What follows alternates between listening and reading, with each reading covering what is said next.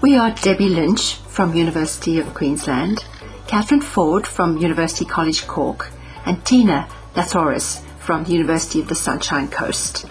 We teach community development on social work courses, and for many years we've been sharing, developing our ideas and writing and publishing together on social work education, community development, practice and policy. We work together on this theme section to bring together key contemporary themes in the COVID context. Our intention is to engage with the readership of the Community Development Journal and stimulate deeper reflective analysis on the position and contribution of community development internationally in social work education. Our focus in this theme section is how community development can enable and support social work students to work alongside people and their communities to address critical social issues of our times related to a changing climate, new forms of digital relationships, and the deepening divisions of inequality, poverty, and other forms of human suffering. We thank our contributors from Finland, India, New Zealand, and Spain, and the editorial board of the Community Development Journal. We hope you discover value in this section for your own community development teaching, learning, and practice. The Community Development Journal is delighted to publish this themed section on community development in social work, education, themes for a changing world, that seeks to address the marginal place of critical forms of community development and related forms of collective action in social work education. We welcome it particularly as a response from social work educators in many parts of the world to the effects of neoliberalism on social work. As the editors of the theme section state, in every country, neoliberal policies and practices have moved education and practice towards individualised, behavioural and problem-based approaches and understandings. The set of articles makes an important contribution to challenging the hyper-individualism of our time. Now that we can see that neoliberalism is more than a set of economic policies, that it is a form of reason that has seeped into and shapes and governs so many aspects of our lives, it is urgent that this form of reason is challenged as the basis of professional practice. So I've invited Grace to come and share her responses to our articles in the themed edition of the Community Development Journal. And just as a social worker, or beginning social worker, she is on the qualifying social work program here at UQ. And Grace is just going to share some of the ideas that resonated for her in our article. Eco-social work is an evolving framework in social work to think about and do social work from the premise that humans are part of and also dependent on the web of life on Earth. In social work, this has not been taken for granted starting point, because social work traditionally is highly human or anthropocentric. And even when sort of thinking about the environment where a human being lives in, often sort of focuses only on social and economic and sometimes physical environment, but the natural environment is forgotten. We believe that community social work plays a relevant role as an agent of community development and social exchange.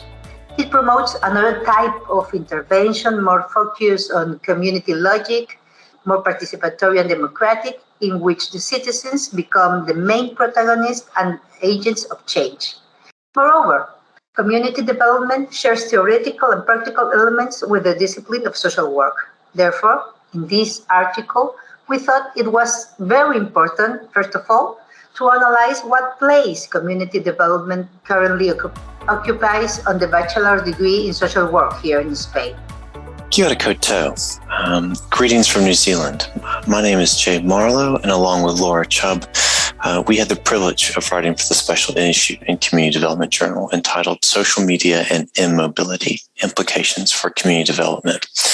And so we wrote this paper in the context of the impacts on human mobility as it relates to conflict, climate, and now contagion, and particularly focused on the experiences of resettled refugees in New Zealand. And if I just take a step back and provide a context around that within the world we have more than 80 million people forcibly displaced due to reasons of conflict and persecution, simply because of who they are or what they believe.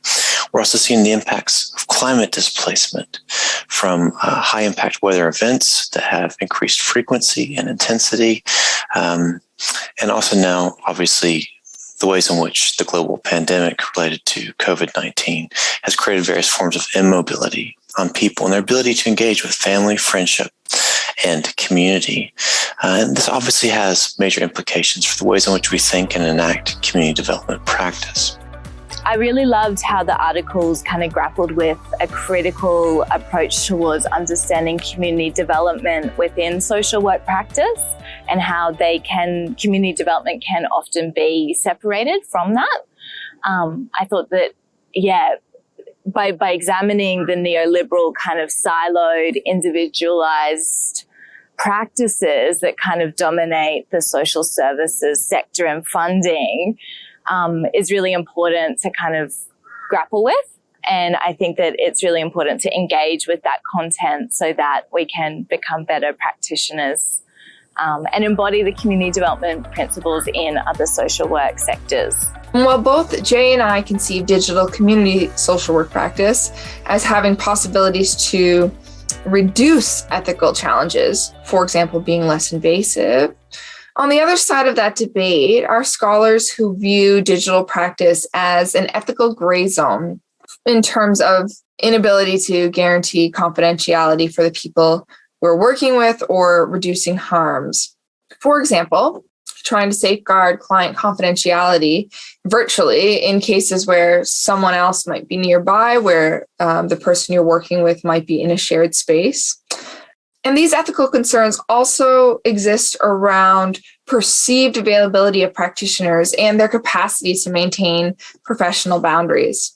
Now, if we consider digital community social work practice education in the Aotearoa New Zealand context, there are virtually no tertiary curriculums, at least not that we're aware of, to equip social work practitioners who endeavor to work in the community development space, or other fields of social work for that matter, to equip them with the skills for digital practice. As a response to this, and in our paper, Jay and I started to envision possible topics for digital practice skills in the social work education curriculum. So we mapped out a few different topics, some including health and well-being, employment, disaster preparedness. And for each of these topics that we mapped out, there are specific examples given of what that might look like. Now, these possibilities are by no means an exhaustive list, but we do see them as starting points for social work and community development educators to start thinking creatively about practice skills in the digital space. So we invite you to engage with, critique, and hopefully build on that content. Our article is an interesting read for anyone dealing with social professions, either as a professional or training future professionals. And we discuss the kind of enabling and also hindering factors that there may be based on the experiences of our students. And also one of our findings actually is that in Finland, where community-based work has been fairly marginal, and social work is largely part of the welfare state machinery and done as public sector work. This ecosocial framework actually helps to kind of bring community back to social work, and also to do more structural, as we say in Finland, or political work as part of social work practice. We stress the need to broaden and promote community development and intervention for both students and professionals of social work as a way of searching for a collective identity in a homogenizing world and as a response to an increasingly complex society with needs. Therefore, we truly invite you to read our article in the hope that the Spanish experience may contribute to show the importance of community development in social work education. Thank you. I wanted to speak a little bit about the editorial Themes for a Changing World. I loved how the criticality of community development practice within a broader social work context is examined, and how there's all of these efforts and research and work that's been done across the globe to examine that and question that, to, benefit the profession. And it really inspired me to read more broadly and specifically about different ways that community development practice theory and knowledge is being applied. We end with Cassandra, a poem by the Irish essayist and poet Molly Toomey. Cassandra is a reflection on the effects of climate change. Cassandra. At the edge of the River Lee, I preach at suits, kids, clouds of nicotine. Gannets are breaking their necks, diving for sardines that no longer exist. River rats decompose by thin plastic bags. Otters are taking their medicine back. Nobody remembers the grating creak of the corn crake, the howl of the wolf. Soon, Gaia will unfurl her long hair, burnt and brittle from chlorine peroxides, and pick the lice that have itched her skin, crack them between each fingernail.